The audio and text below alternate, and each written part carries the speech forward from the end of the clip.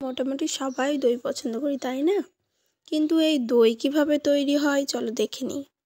প্রথমে একটি পাত্রে কিছুটা পরিমাণ দুধ নিতে হবে এবং সেই দুধটাকে 4 থেকে 5 মিনিট ফোটাতে হবে। তারপর দুধটাকে 5 থেকে 6 মিনিট রেখে হালকা ঠান্ডা করে নিতে হবে।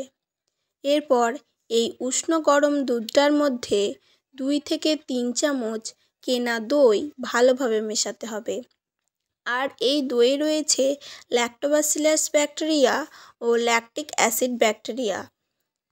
এই দুটো ব্যাকটেরিয়া নিজেদের মধ্যে সংমিশ্রণ ঘটাবে এবং ধীরে ধীরে ব্যাকটেরিয়াগুলো বাড়বে ও সেই দইয়ে মেশানো দুধ ধীরে ধীরে মিশতে শুরু করবে।